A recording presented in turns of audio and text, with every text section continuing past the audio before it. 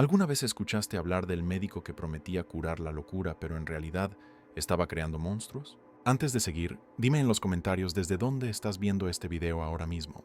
Lo que voy a contarte pasó de verdad en 1903, en una ciudad llamada Chiapas, en México, y cuando descubras lo que este hombre hizo, no vas a poder dormir tranquilo. Te lo advertí. Chiapas era una ciudad pequeña, calurosa, llena de plantaciones de café y casas de madera vieja. La gente era sencilla, trabajaba duro y rezaba todos los días, pero había un lugar en esa ciudad que nadie quería ni mirar. Era el Hospital San Rafael, un edificio gris de 3 pisos con ventanas que parecían ojos vacíos. De noche decían que se podían escuchar gritos que venían de ahí, gritos que helaban la sangre de quien pasaba cerca. El hospital era dirigido por el doctor Emilio Carranza, un hombre alto, delgado, de bigote fino y ojos hundidos que parecían no parpadear nunca. Había estudiado medicina en España y había regresado a México con ideas que él decía eran revolucionarias. El doctor Carranza creía que podía curar cualquier enfermedad de la mente, cualquier locura, cualquier comportamiento extraño, y las familias le creían. Porque cuando alguien empezaba a actuar diferente, a tener crisis, a hablar solo o a hacer cosas que la sociedad no aceptaba, el doctor Carranza prometía una cura rápida y permanente. Dime una cosa, ¿confiarías en un médico así? ¿Alguien que promete curar todo sin explicar bien cómo? Las familias llevaban a sus parientes al hospital. Maridos llevaban esposas que lloraban mucho después de perder un hijo. Padres llevaban hijos que no se comportaban bien. Personas llevaban hermanos que bebían demasiado o que tenían crisis violentas. Y el doctor Carranza recibía a todos con una sonrisa gentil y la misma promesa. En algunos meses vas a tener a tu familia de vuelta, mejor que antes. Pero nadie regresaba mejor. En realidad, casi nadie regresaba. María Elena Gutiérrez fue la primera en sospechar que algo estaba muy mal. Había llevado a su hermano Pedro al hospital en marzo de 1903. Pedro tenía 28 años y sufría de crisis de melancolía profunda después de que su esposa muriera en el parto. Pasaba días sin comer, sin hablar, solo mirando a la nada. María Elena tenía esperanza de que el doctor Carranza pudiera ayudar. El doctor dijo que Pedro necesitaría quedarse internado por 3 meses. María Elena podía visitarlo una vez al mes, siempre el primer domingo. Ella aceptó, desesperada por ver a su hermano bien nuevamente. El primer domingo de abril, María Elena fue a visitar a Pedro. Una enfermera la llevó hasta una sala pequeña y fría. Pedro entró tambaleándose, apoyado por 2 hombres. Estaba más delgado, con la piel pálida y los ojos vacíos. Cuando María Elena intentó abrazarlo, Pedro no reaccionó. Solo la miró como si fuera una extraña. ¿Qué le hicieron a mi hermano? María Elena le gritó a la enfermera. Es parte del tratamiento, señora. El doctor está removiendo los pensamientos malos de su mente. Pronto va a estar bien. ¿Tú crees que ella debería haberlo sacado de ahí en ese momento? Yo creo que sí, pero María Elena tenía miedo. Miedo de ser juzgada por la sociedad, miedo de no poder cuidar a su hermano sola, miedo de tomar la decisión equivocada. Entonces esperó un mes más. En mayo, cuando regresó, Pedro estaba peor. Tenía marcas extrañas en la cabeza, como si le hubieran cortado el cabello en algunos lugares y cosido después. Babeaba y hacía sonidos que no eran palabras. Sus ojos seguían cosas que no existían en el aire. Quiero llevarme a mi hermano ahora. María Elena exigió. El doctor Carranza apareció personalmente. Usaba una bata blanca impecable y hablaba con voz calmada y controlada. Señora Gutiérrez, entiendo su preocupación, pero su hermano está pasando por una fase crítica del tratamiento. Si se lo lleva ahora va a empeorar mucho. Puede hasta lastimarse o lastimar a otros. Deme 2 meses más y le garantizo que va a tener a su hermano de vuelta.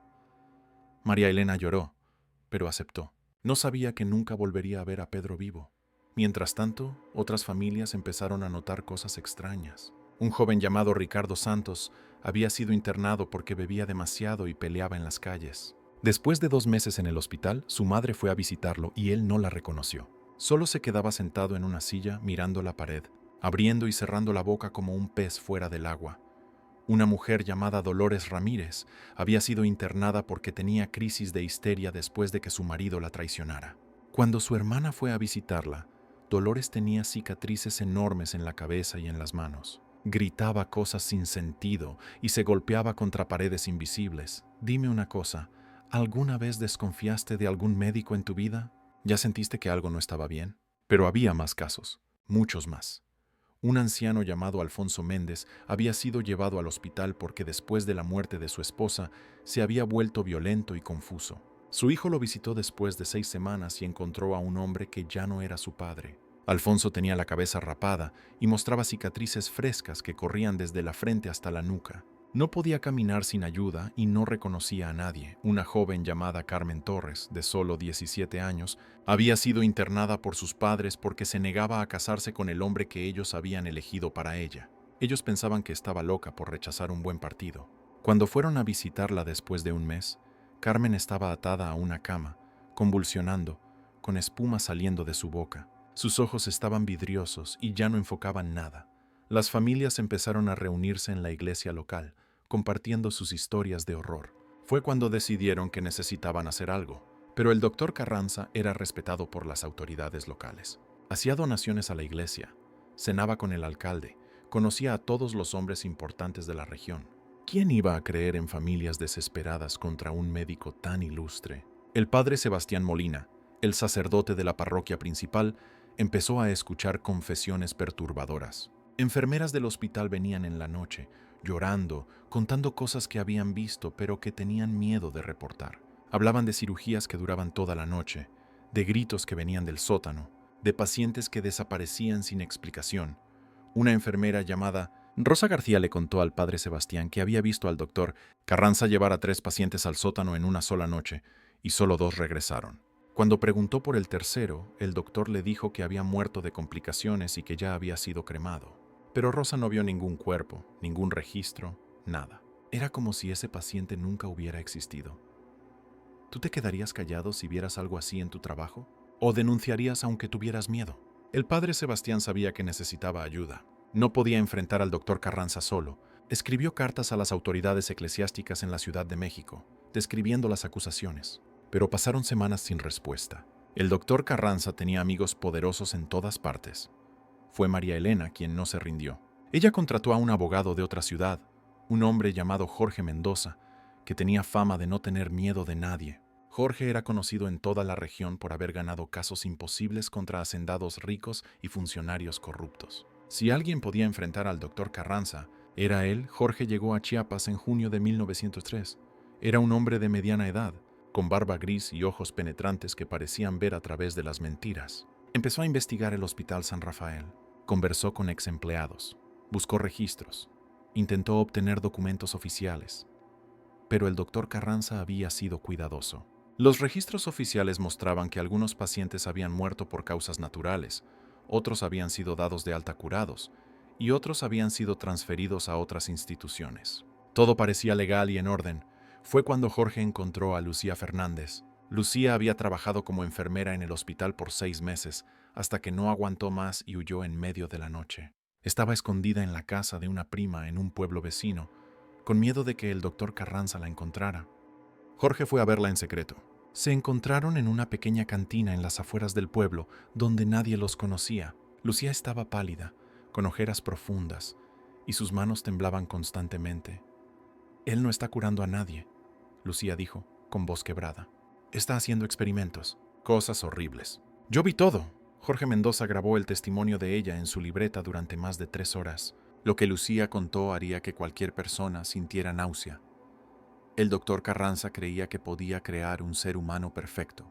Pensaba que las enfermedades mentales eran causadas por partes defectuosas del cerebro y que, si removía esas partes y las reemplazaba con partes de otras personas, podía crear un nuevo hombre sin fallas, sin miedos, sin debilidades. ¿Estás entendiendo lo que esto significa? Estaba cortando pedazos del cerebro de las personas e intentando trasplantarlos de un paciente a otro. Pero no era solo el cerebro. Lucía describió cirugías donde el doctor removía órganos, músculos, hasta pedazos de huesos de pacientes e intentaba injertarlos en otros. Creía que estaba creando humanos superiores, personas que tendrían las mejores características de varios individuos diferentes. Lucía le contó a Jorge sobre la primera vez que vio una de estas cirugías. Fue en su segunda semana en el hospital. El doctor Carranza le había pedido que asistiera en una operación nocturna. Cuando entró a la sala de cirugía del sótano, vio a 2 pacientes sobre mesas de operación, uno al lado del otro. El doctor abrió el cráneo del primer paciente. Lucía recordó, con lágrimas en los ojos, y removió un pedazo de su corteza frontal. El paciente estaba despierto, solo con anestesia local en el cuero cabelludo. Podía ver todo, y luego el doctor tomó ese pedazo y lo puso en el cerebro del segundo paciente, que también estaba despierto. Jorge sintió que su estómago se revolvía mientras escuchaba. Los dos pacientes gritaban. Lucía continuó. Gritaban tanto que el doctor les puso mordazas en la boca, pero podías ver en sus ojos el terror absoluto. Y el doctor solo trabajaba con calma, como si estuviera horneando pan o arreglando un reloj. ¿Puedes imaginar el horror de estar consciente mientras alguien te abre el cráneo? Claro que nada de esto funcionaba. Los pacientes morían en agonía o quedaban en estados vegetativos, babeando y gimiendo en cuartos oscuros. Pero el doctor Carranza seguía intentando, cada vez más obsesionado con su idea de crear el hombre perfecto. Lucía le contó a Jorge sobre los cuadernos del doctor. Él mantenía registros detallados de cada experimento, con dibujos anatómicos y notas sobre qué funcionaba y qué no. Escribía con una letra perfecta y ordenada, describiendo el sufrimiento de sus pacientes como si estuviera documentando el crecimiento de plantas. Paciente 47. Masculino, 32 años. Lucía citó de memoria uno de los registros que había visto. Trasplante del lóbulo temporal derecho de paciente 51. Procedimiento completado sin complicaciones técnicas. Paciente presentó convulsiones severas por 48 horas, seguidas de estado catatónico. Falleció al 5º día. Conclusión. El tejido neural es más sensible de lo anticipado. Próximo intento usaré tejido más fresco. La frialdad clínica con la que el doctor Carranza describía el tormento de seres humanos era aterradora. Pero Lucía guardaba lo peor para el final. Le contó a Jorge sobre el Adán. Él tiene un paciente especial, Lucía susurró, mirando alrededor para asegurarse de que nadie escuchaba. Uno que llama el Adán. Ha estado construyendo a ese hombre por casi un año, usando partes de por lo menos 20 pacientes diferentes. Lo tiene en el sótano del hospital, en una sala cerrada con 3 candados. Yo vi a esa cosa una vez, y nunca voy a olvidar. Jorge preguntó qué vio. Lucía se tomó un momento, respirando profundo, como si estuviera reuniendo coraje para hablar. No era humano. Ya no. Era algo cosido. Piezas de cuerpos diferentes unidas con hilos gruesos y grapas de metal. La piel era de colores diferentes, algunos pedazos más claros, otros más oscuros, otros con un tono grisáceo como de cadáver. Los ojos no combinaban. Uno era café y el otro azul claro, y la cosa estaba viva, respiraba, se movía. Intentó alcanzar las barras de la cama donde estaba amarrada, y hacía un sonido, un gemido constante, como si estuviera en dolor insoportable. Jorge sintió que la sangre se le helaba en las venas. Pero lo peor, Lucía continuó, era que parecía consciente. Sus ojos te seguían. Y a veces hacía sonidos que casi parecían palabras, como si la persona que era antes, o las personas que eran antes, todavía estuvieran ahí dentro, atrapadas en ese cuerpo horrible, gritando para salir. ¿Crees que alguien sería capaz de hacer algo así? Yo sé que parece cosa de película de terror, pero esto pasó de verdad. Lucía le contó más detalles sobre el Adán. El doctor Carranza pasaba horas en el sótano con su creación, hablándole, tomando notas, haciendo ajustes. Había empezado con un paciente joven y fuerte, un hombre de 25 años que había sido internado por episodios de furia. El doctor lo había mantenido sedado durante semanas mientras planificaba su obra maestra. Luego comenzó a agregar partes, un brazo más fuerte de un trabajador del campo, órganos más sanos de pacientes más jóvenes, pedazos de tejido cerebral que el doctor creía que mejorarían diferentes aspectos del pensamiento y la emoción. Cada cirugía era documentada meticulosamente en sus cuadernos. El doctor Carranza le había dicho a Lucía que estaba creando un ser humano que representaría el siguiente paso en la evolución, un hombre sin las debilidades que plagaban a la humanidad, sin miedo, sin tristeza, sin duda, un hombre perfecto que podría ser el modelo para una nueva raza de humanos superiores. Él realmente creía que estaba haciendo algo bueno. Lucía dijo, esa es la parte más aterradora. No pensaba que era un monstruo, pensaba que era un visionario. Jorge Mendoza sabía que el testimonio de Lucía era crucial, pero no sería suficiente. Necesitaba pruebas físicas. Necesitaba entrar al hospital y ver con sus propios ojos. Elaboró un plan. Fingiría estar interesado en internar a un pariente y pediría un tour del hospital. El doctor Carranza adoraba mostrar sus instalaciones a personas influyentes, así que Jorge se presentó como un abogado rico de la Ciudad de México que estaba pensando en hacer grandes donaciones al hospital. Doctor Carranza quedó encantado y programó una visita.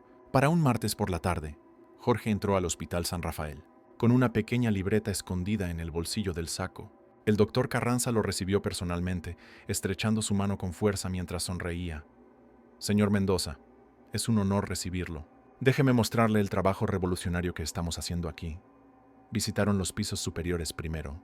Eran salas normales de hospital, con pacientes en camas limpias, enfermeras pasando por los pasillos, todo pareciendo organizado y profesional. Pero Jorge notó que los pacientes eran pocos y todos parecían estar dormidos o muy sedados.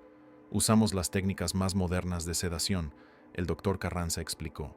Mantenemos a nuestros pacientes calmados y cómodos mientras trabajamos en curar sus mentes. Jorge observó todo con atención. Notó que las puertas de algunas habitaciones tenían candados por fuera. Vio que algunas de las camas tenían correas de cuero, como las que se usarían para amarrar a alguien. Y notó que muchos de los pacientes que podía ver tenían vendajes en las cabezas. Veo que muchos de sus pacientes tienen vendajes, Jorge comentó casualmente. ¿Realizan procedimientos quirúrgicos aquí? El doctor Carranza sonrió. Cuando es necesario, sí. A veces la única forma de curar una mente enferma es a través de intervención directa. Pero no se preocupe, usamos las técnicas más avanzadas de Europa. Visitaron la sala de terapia ocupacional, donde algunos pacientes estaban sentados en sillas, mirando al vacío o haciendo movimientos repetitivos con las manos. Ninguno de ellos parecía estar realmente consciente de su entorno. Estos pacientes están en las etapas finales de recuperación, el doctor explicó. Pronto estarán listos para regresar con sus familias. Jorge dudaba mucho de eso. Después de ver los pisos superiores, Jorge preguntó casualmente. ¿Y el sótano? ¿Tienen instalaciones ahí abajo también? La sonrisa del doctor Carranza vaciló por un segundo. Apenas perceptible, pero Jorge lo notó. El sótano es principalmente para almacenamiento. Nada interesante ahí. Ahora déjeme mostrarle nuestra nueva ala de... Pero me gustaría ver todas las instalaciones, Jorge interrumpió. Ya que estoy considerando una donación significativa, quiero ver el hospital completo. El doctor Carranza lo miró por un momento largo. Jorge pudo ver que algo cambiaba en sus ojos. Una frialdad, una evaluación, pero luego la sonrisa regresó. Por supuesto, señor Mendoza. Venga conmigo. Descendieron las escaleras al sótano. La temperatura bajó inmediatamente. El aire era húmedo y tenía un olor fuerte a desinfectante mezclado con algo podrido. Las paredes eran de piedra desnuda y había poca iluminación, solo algunas lámparas de aceite colgando a intervalos. El doctor Carranza mostró algunos cuartos con suministros médicos viejos, cajas de medicinas, instrumentos quirúrgicos antiguos, pero había una puerta al final del pasillo que estaba cerrada con 3 candados, exactamente como Lucía había descrito. ¿Y aquella puerta? Jorge señaló, solo más almacenamiento. Equipos que ya no usamos. Me gustaría ver. El doctor Carranza se puso tenso. Por primera vez su máscara de gentileza cayó un poco. Me temo que no es posible. Esa sala está siendo renovada. No es seguro entrar ahora. Pero en ese momento, escucharon un sonido viniendo de detrás de la puerta. Un gemido bajo, gutural, que hizo que la sangre de Jorge se congelara. Era un sonido de agonía pura, de algo que estaba sufriendo más allá de lo que cualquier ser vivo debería soportar. ¿Escucharías ese sonido y te quedarías ahí? ¿O saldrías corriendo? El sonido continuó. No era constante, sino que iba y venía, como olas de dolor que azotaban a quien sea o lo que sea que estuviera detrás de esa puerta. Y luego, para el horror de Jorge, el sonido cambió. Se volvió más articulado, casi como palabras. Ayuda, duele, matar, ayuda. El doctor Carranza intentó disimular. Deben ser las tuberías viejas. Hacen ruidos extraños a veces. El sistema de plomería aquí es muy antiguo y... Esas no son tuberías, Jorge dijo firmemente. Hay alguien ahí dentro. La máscara del doctor Carranza cayó completamente. Sus ojos se volvieron duros y fríos. Señor Mendoza, creo que es hora de que se vaya. Claramente no está realmente interesado en hacer una donación. Y no aprecio que venga aquí con pretextos falsos. Jorge dio un paso atrás, consciente de que estaba en peligro. Pero había escuchado suficiente. Había visto suficiente. Tenía la confirmación que necesitaba. Tiene razón, doctor. Ya he visto todo lo que necesitaba ver. Jorge salió del hospital lo más rápido que pudo, sin parecer que estaba huyendo. Su corazón latía tan fuerte que pensó que se le iba a salir del pecho. Pero tenía lo que necesitaba. Esa misma noche, escribió un informe detallado de todo lo que había visto y escuchado. Combinó su testimonio con el de Lucía Fernández y con las quejas de las familias, y al día siguiente partió hacia Tuxtla Gutiérrez, la capital del estado, para presentar el caso a las autoridades. Pero presentar el caso resultó ser más difícil de lo que Jorge esperaba. El doctor Carranza tenía amigos en todas partes. Cuando Jorge intentó hablar con el fiscal general, le dijeron que no había tiempo disponible. Cuando intentó hablar con el gobernador, le dijeron que necesitaba una cita que tomaría semanas obtener. Jorge se dio cuenta de que necesitaba hacer ruido. Necesitaba que el caso fuera tan público que las autoridades no pudieran ignorarlo. Así que escribió artículos para los periódicos de la capital, describiendo los horrores del Hospital San Rafael. Organizó reuniones públicas donde las familias de los pacientes podían contar sus historias. La presión empezó a crecer. Los periódicos publicaron sus artículos. Las familias marcharon frente a los edificios del gobierno. La iglesia finalmente se pronunció, con el arzobispo demandando una investigación oficial. ¿Habrías tenido el coraje de luchar así, sabiendo que tienes poderosos enemigos que querrían verte callado? Finalmente, en julio de 1903, el gobernador no tuvo más opción que actuar. Ordenó una inspección oficial del Hospital San Rafael. Un grupo de policías y autoridades médicas de fuera llegó a Chiapas con un mandato judicial. El doctor Carranza intentó impedirles la entrada. Argumentó que no tenían autorización, que estaban invadiendo propiedad privada, que esto era persecución contra un hombre de ciencia. Pero no sirvió de nada. Tenían un mandato oficial firmado por el gobernador mismo. Lo que encontraron en el hospital ese día chocó hasta a los policías más experimentados. En los pisos superiores había pacientes en estados deplorables. Muchos con cicatrices de cirugías mal hechas, otros amarrados a camas con cadenas. Algunos pacientes no tenían registros de quiénes eran o de dónde venían. Simplemente existían en ese limbo de sufrimiento. Un paciente, un hombre de unos 40 años, tenía la parte superior de su cráneo visiblemente hundida, como si le faltara una sección de hueso. Estaba vivo, respiraba pero no reaccionaba a nada. Solo se quedaba acostado, con los ojos abiertos, mirando el techo. Otro paciente, una mujer joven, tenía cicatrices que corrían por todo su torso. Cuando los médicos la examinaron, descubrieron que le faltaban varios órganos internos. El doctor Carranza los había removido para usarlos en otros pacientes. De alguna forma, ella seguía viva, pero en constante agonía. Pero el verdadero horror estaba en el sótano. Cuando los policías rompieron los candados de la puerta cerrada, el olor que salió fue tan fuerte que varios tuvieron que salir a vomitar. Era un olor a carne podrida, a desinfectante, a sangre vieja, a orina y excremento. Un olor que se quedaba pegado en la garganta. Dentro, la habitación estaba casi completamente oscura. Solo había una lámpara de aceite en una esquina. Y en el centro de la habitación, sobre una cama de metal, estaba el Adán. Los informes oficiales describen algo que no debería existir. Un cuerpo de aproximadamente 1,80 m, pero con proporciones todas incorrectas. Brazos de longitudes diferentes, uno más grueso que el otro. Piernas que parecían haber sido tomadas de personas diferentes y cosidas a la cadera con hilos quirúrgicos gruesos que todavía eran visibles a través de la piel inflamada. El torso tenía cicatrices enormes, como si hubiera sido abierto y cerrado muchas veces. Algunas de las cicatrices estaban infectadas, supurando un líquido amarillento. Otras estaban cerradas con grapas de metal que se habían oxidado, tiñendo la piel alrededor de un color marrón rojizo. El rostro era lo peor. Era un collage de características diferentes. La frente era amplia, como de un hombre mayor, pero el mentón era pequeño, como de un adolescente. Los ojos eran de colores diferentes y estaban a niveles ligeramente desiguales. La boca estaba torcida, jalada hacia un lado por músculos que no funcionaban bien. Y el cabello crecía en mechones irregulares, algunos lugares oscuros, otros claros, otros completamente calvos, mostrando las marcas donde el doctor había intentado hacer injertos de cuero cabelludo. Imagina ver algo así. ¿Cómo reaccionarías? La criatura estaba viva. Respiraba con dificultad haciendo un sonido silbante. Sus ojos se movían mirando a los policías con algo que parecía ser consciencia. Y entonces empezó a hacer sonidos. No eran palabras, pero parecía que estaba intentando hablar, intentando comunicar algo. Uno de los policías vomitó ahí mismo. Otro empezó a llorar. El médico que había venido para inspeccionar se quedó parado, en shock, sin poder procesar lo que estaba viendo.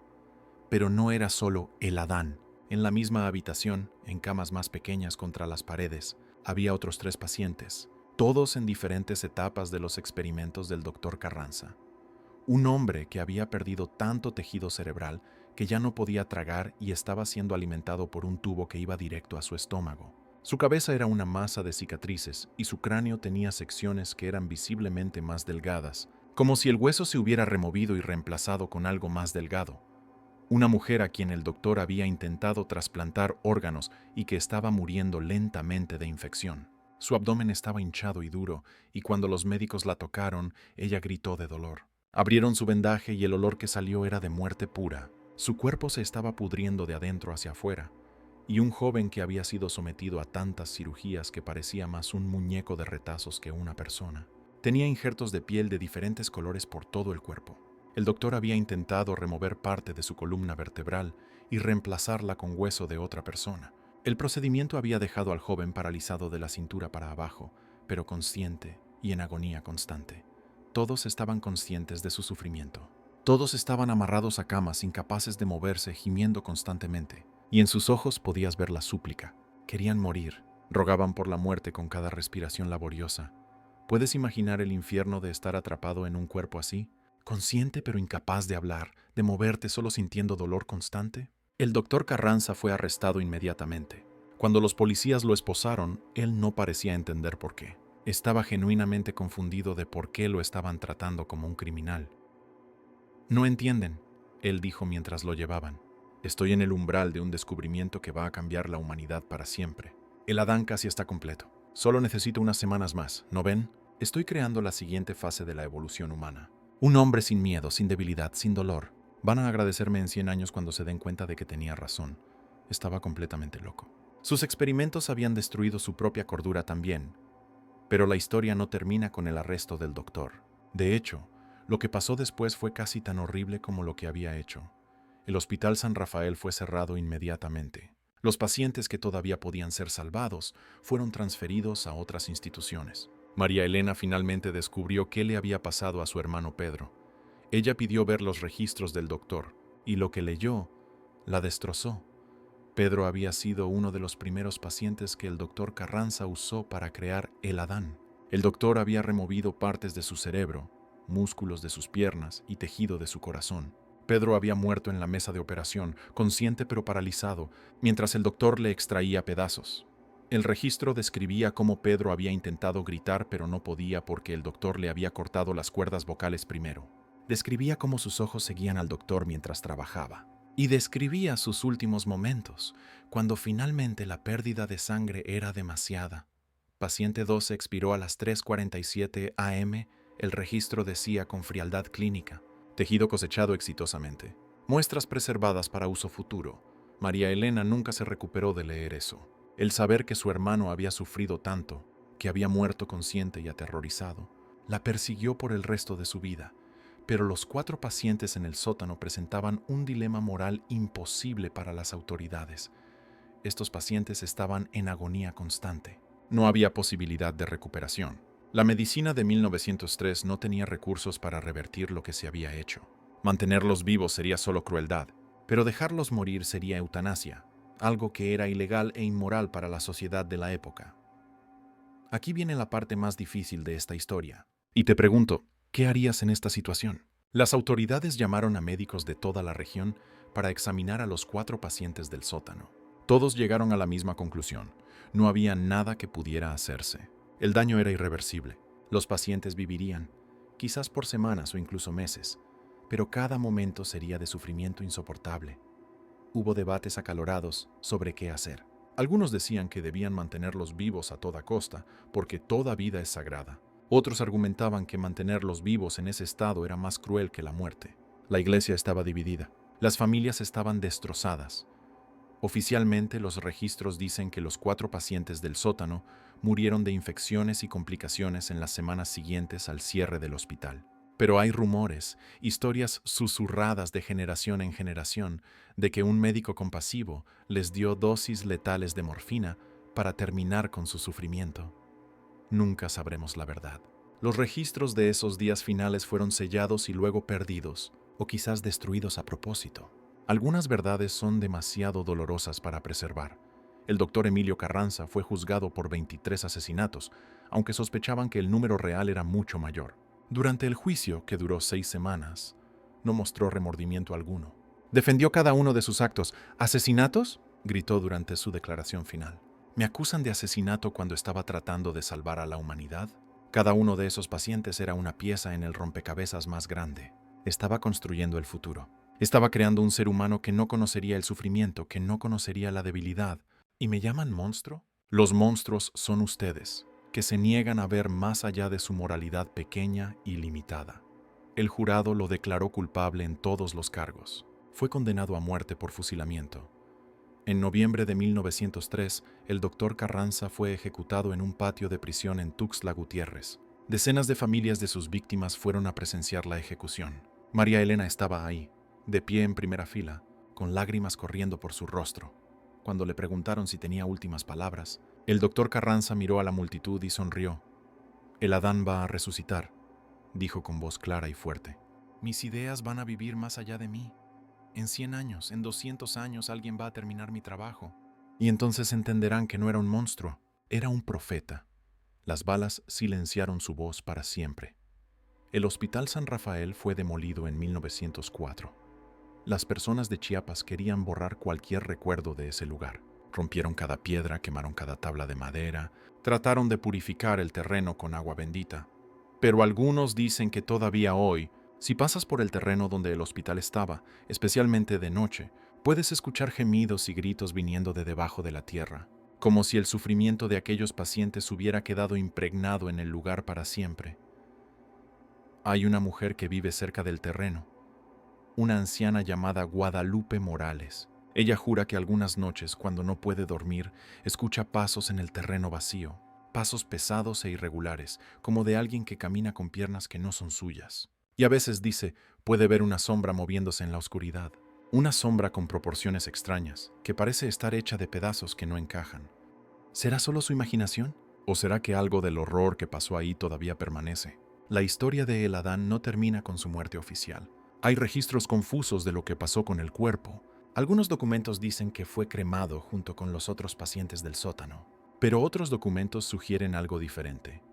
Un investigador llamado Héctor Salazar dedicó años de su vida a estudiar el caso del doctor Carranza. En los archivos del Hospital Regional de Tuxtla Gutiérrez encontró una carta fechada en diciembre de 1903, 2 meses después de la ejecución del doctor. La carta era de un médico forense a otro, y decía: «El espécimen que recibimos del caso Carranza es verdaderamente extraordinario. Nunca he visto algo así en mis 30 años de medicina. Aunque moralmente aborrecible, desde el punto de vista puramente científico, es una maravilla de ingeniería biológica. Estoy preservándolo en formol para futuros estudios». ¿A qué espécimen se refería? ¿A El Adán? Y si es así, ¿dónde está ahora? Héctor intentó rastrear el origen de esa carta, encontrar registros de qué pasó con ese espécimen preservado. Pero todos los caminos llegaban a callejones sin salida. Archivos perdidos, registros destruidos en incendios convenientes, personas que sabían algo pero se negaban a hablar. Algunos creen que el Adán todavía existe, preservado en formol en algún sótano de una universidad médica, etiquetado de forma vaga para que nadie sepa realmente qué es. Una reliquia horrible de un experimento que nunca debió hacerse. Dime, ¿tú querrías ver algo así? ¿O hay cosas que es mejor dejar olvidadas? Los efectos del caso del doctor Carranza se extendieron mucho más allá de Chiapas. Provocó debates en todo México sobre la ética médica, sobre los límites de la experimentación científica, sobre cómo proteger a los pacientes vulnerables. Se crearon nuevas leyes. Los hospitales psiquiátricos ahora requerían inspecciones regulares. Los pacientes debían tener defensores legales. Las cirugías experimentales fueron prohibidas sin supervisión estricta, pero las leyes no pudieron borrar el trauma. Las familias de las víctimas cargaron ese peso por el resto de sus vidas. María Elena Gutiérrez se convirtió en activista, luchando por los derechos de los pacientes psiquiátricos. Viajó por todo México, contando la historia de su hermano Pedro, advirtiendo a otros sobre los peligros de confiar ciegamente en figuras de autoridad, pero el dolor nunca la dejó. Murió en 1920, todavía teniendo pesadillas donde Pedro la llamaba, rogándole que lo salvara. Lucía Fernández, la enfermera que tuvo el coraje de contar la verdad, se mudó a Guatemala y cambió su nombre. Nunca más trabajó en medicina. Se casó con un comerciante tranquilo y vivió una vida sencilla, pero los que la conocieron dicen que siempre había una sombra en sus ojos, algo que la perseguía. Murió en 1945, sin haber hablado nunca más sobre lo que vio en el Hospital San Rafael. Jorge Mendoza, el abogado que investigó el caso, nunca más aceptó casos médicos. Lo que vio en el hospital lo marcó profundamente. Empezó a beber para olvidar, para poder dormir sin ver el rostro de El Adán en sus pesadillas. Murió de cirrosis en 1915, a los 42 años. En sus últimos días, delirando por la fiebre, gritaba sobre cosas cocidas que venían a buscarlo. ¿Y las otras víctimas? ¿Los otros pacientes del Hospital San Rafael? ¿Qué pasó con ellos? Algunos fueron devueltos a sus familias, pero nunca recuperaron lo que habían perdido. Vivían como sombras, con miradas vacías, movimientos mecánicos. Sus familias los cuidaban, pero la persona que habían conocido ya no existía. Otros fueron transferidos a asilos, donde pasaron el resto de sus días en habitaciones tranquilas, mirando paredes, perdidos en mundos internos que nadie más podía alcanzar. Y algunos, los que habían sufrido demasiado daño, murieron en las semanas y meses siguientes. Sus cuerpos simplemente se rindieron, incapaces de continuar bajo el peso del trauma. ¿Cuántas vidas destruyó realmente el doctor Carranza? Los registros oficiales dicen 23.